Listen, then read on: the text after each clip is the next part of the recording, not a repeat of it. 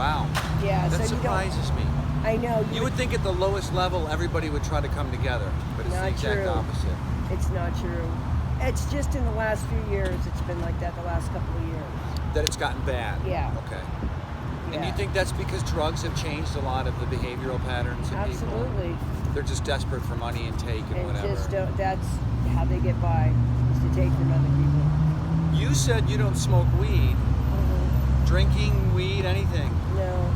So you're one of the few sober, rational, Rational, yeah. you know what I mean? Most people I out don't here, I mean, I don't do they're that, hunting no. for their next drink or they're hunting for their next fix, whatever their fix is. Yeah. And that's not a bad thing. When you're broken, No, I you want get to it. numb yourself. I totally get it. I don't think, anyway, my opinion on that's different, but you know. Which is what? I don't think there's anything wrong with anybody that wants to get high as long as you're not hurting other people. Totally agree. Totally agree. And yourself, not hurting yourself. Well, I and mean, again, when and it's like, what are you doing? I mean, there's a consuming. difference between weed and heroin and how it numbs you and makes you forget your life. and pain. I even get heroin. I even get it because I'm around people that are in pain all the time. Right. You know, so I get it. Physical or mental? Physical, mostly. Physical. Yeah. And you think the heroin really helps them? I don't know if it helps them. I get how they get stuck in it. Right. Yeah. Right. It is a cycle. Yeah. It is a vicious cycle. Yeah, Heroin especially. Yeah, especially. Yeah. God, the streets are flooded with it now, the fentanyl stuff. The people are dying left and right. I saved 9 people in the last year. I've lost 9 people too, but I know. 9 people All died. to the fentanyl heroin. Oh my God. Yeah. So 18 examples in the last year of you either watching somebody die or you saved them from dying. Right. And they give you Narcan for that, and Narcan is for heroin. It isn't for fentanyl. Fentanyl's a twilight drug. It's what they use to anesthetize people. So it doesn't really bring them out of it. You have to continually inject them with it, Right. like over and over and over, and you have to breathe for them. And it's time consuming, and a lot of people don't care enough out here to do that. That's why people are dying. Well, it sounds pretty traumatic too to go through. It's very traumatic, and- Holy shit. And they're ungrateful when they come out of it because they think you ruined their high because they're convinced that they were just sleeping. Or, Right. Everything was good. Yeah, and it isn't good. How That's insane is that? You're saving somebody's life, and they come out of it and they're pissed. They're pissed. That you yeah. killed their buzz. Yeah, because it sobers you up. That's what Narcan does. It makes you sober. How do you, who doesn't do any of those, cope? What's the trick you use, Jennifer? I mean, you're amazing to me. You're amazing to me. Right? I mean, to not fall in addictions and to not... I've been there, though. I've been there and done that stuff, so I know what it's about. You're just and I know done with it. It would just complicate Right. an already bad Everything. situation. I have other stuff I like. I like art, and I draw, and I write poetry, and I do stuff like that. Do you? Mhm. Really? Yeah. I'd love to see it. Okay. I'd love to see it. Yeah. Sometime we'll do that, okay? 'Cause Yeah. I don't want him to get tweaked out by you spending too much time on this. Yeah, I he's, get it. You know what I mean? yeah, he's just leery of people, I think. That's understandable. Yeah. That's understandable.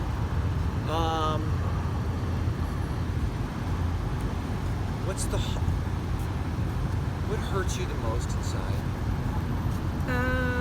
I think what hurts me the most out here is people What hurts your heart the most? people rejecting me, I think, or treating me like I'm have something they're going to catch, you know, rolling up their window when they get close to me, or, you know, if their kids wave to me in their car, they're putting the window up, and, you know, like I'm going to reach out and touch their Or kids. you're a leper or something like Yeah, that, right? yeah, You're that like, I'm just a really- human being.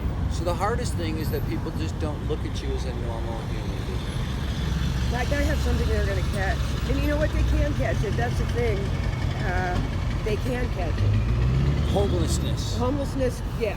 It's not a disease, not just a disease, right? Or how would you No, say? I mean, there's I don't got to be know. a catchy saying in there somewhere. You know what I mean? It can happen to anybody. It can Yeah. happen to anybody. The fires really devastated a lot of people. I mean, this place became flooded with homeless people after the fires because they were giving away free stuff, right?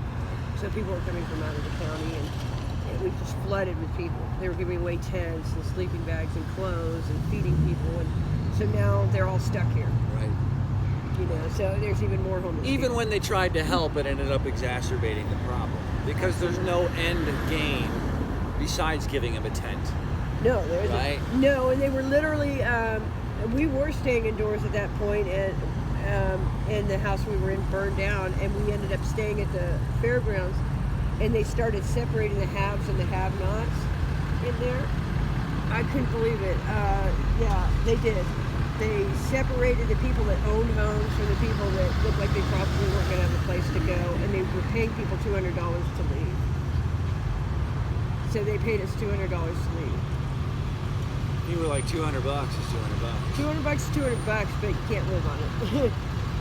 But still, that's the difference, is that as opposed to having a bed over your head, roof over your head that night, you felt like that $200 could last you 4 or 5 days. It was a better trade-off. We had to, they were closing the place anyway. Okay. Yeah, so in my mind it was like, they're closing it anyway, we have to figure this out, just go now. But I was just stunned that they were doing that to people. Yeah, people still look at people with money differently. Well, right. And you know, the people that help you That's are not not true the value, right? are not the people with the money. It's the people that are struggling to help you. I'm very happy to hear you say that. It was funny when I was younger and I went through a really rough time. All my rich friends, when I went to them, said no. All my blue collar, struggling to make a living, barely getting by, scratching by, they all were like, well, no problem, here you go. Right. Right? Isn't it funny? That's exactly the way it is. The ones who have the most are the Get the stingiest with it. Yeah. And the ones who understand what it's like to just need a little help are the most gracious with it. Right? That's how the rich become richer. They hold on to it. Well, you know what though? You got to be careful. You lose your soul in that process. I'd rather keep my soul than have money. Me too. I grew up in Marin. I lived in Marin too. I didn't tell you that. I went to boarding schools. My dad had money, and like this would shock him. Yeah. He'd be stunned to see me out here, but it was consumed him too. Money's consumed him. Did he leave you any money, or? Everybody asked me that, and because some people know who my dad was, and I have no idea. So. Yeah, I never really checked into it. I know it sounds crazy, but I called an attorney one time, and he couldn't really help me, and I just left it alone. There's got to be a will. And you and your dad got along, right? No, we didn't speak. We didn't speak for about 5 years, and that's how I found out that he was sick. He had intestinal cancer, which is what they think I have right now. And by the time I found out, where he was, and he was already dead. So I know there's money somewhere. But at the time, my head wasn't on straight, and I was afraid I'd kill myself with that money. So if that makes sense. Yeah. I don't know if that makes sense It to you. does. I would love to have it now, though. Lawyer? Right? Anyone? Right. I would love to have that money now. So, I have a brother. I could talk to him about it. I don't know. I would. Yeah, It doesn't hurt to ask. I think I just believe what other people, people treat you like you're something to be ashamed of, and you start feeling ashamed of yourself after a right? while. It becomes Yeah. a self-fulfilling prophecy. Yeah. And then you become afraid of asking for anything or trying anything or doing anything, right? I've been offered jobs because that's what my sign says, that I want a job, but I don't have clean clothes, and I'm so afraid I'm going to show up and they're going to judge me. Take it. Yeah. They know what's going on. They see you on the street. Yeah. Take it. Okay. All right. You can go to all these thrift stores and buy like new clothes for like $1. Yeah. Blouses, pants for the first week while you get your paycheck. I mean, Some places are like that. because here's my point. If somebody's willing to offer you a job, they're going to help you out even more if you show up every day. Yeah. And you show them that you want more. You know what I mean?